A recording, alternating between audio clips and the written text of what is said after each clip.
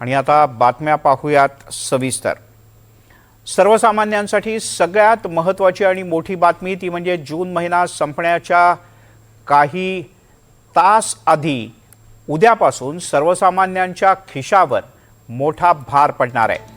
उद्यापासून अनेक आर्थिक नियम बदलणार आहेत। दैनंदिन जीवनाशी संबंधित या सगळ्या बदलांचा थेट परिणाम सर्वसामान्यांच्या खिशावर अर्थात रोजच्या खर्चावर सुद्धा होणार आहे।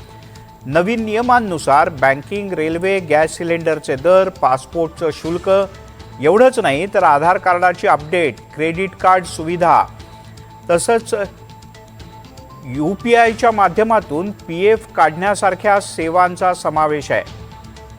तेल कंपन्यांच्याकडून LPG, CNG आणि PNGच्या नव्या दरांची घोषणा आता कुठल्याही क्षणी होऊ शकते।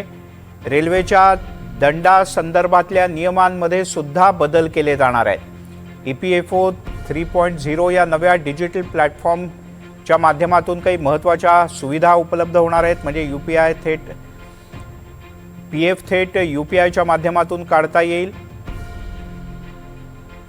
PFची रक्कम काढण्यासाठी अनेकदा खूप दिवस वाट पाहायला लागायची, ते आता सोपं होणार आहे।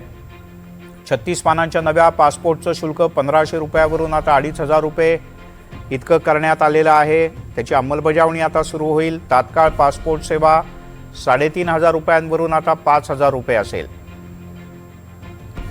660 पानांच्या जम्बो पासपोर्टचं शुल्क आता 6000 रुपये इतकं असेल। विना तिकीट प्रवासाचा दंड आता 250 रुपयांवरून थेट 500 रुपये करण्याचा निर्णय आधीच घेण्यात आला होता। त्याची अंमलबजावणी सुरू होईल। महिलांच्या डब्यात एखाद्या पुरुष प्रवाशानं प्रवास करताना त्याला पकडलं आणि दंड झाला तर तो 2500 रुपयांचा दंड असेल। पुढच्या 6 महिन्यांसाठी आधार अपडेट मोफत असेल। आधारमधील विविध माहिती कोणतंही शुल्क न भरता तुम्हाला अपडेट करता येईल।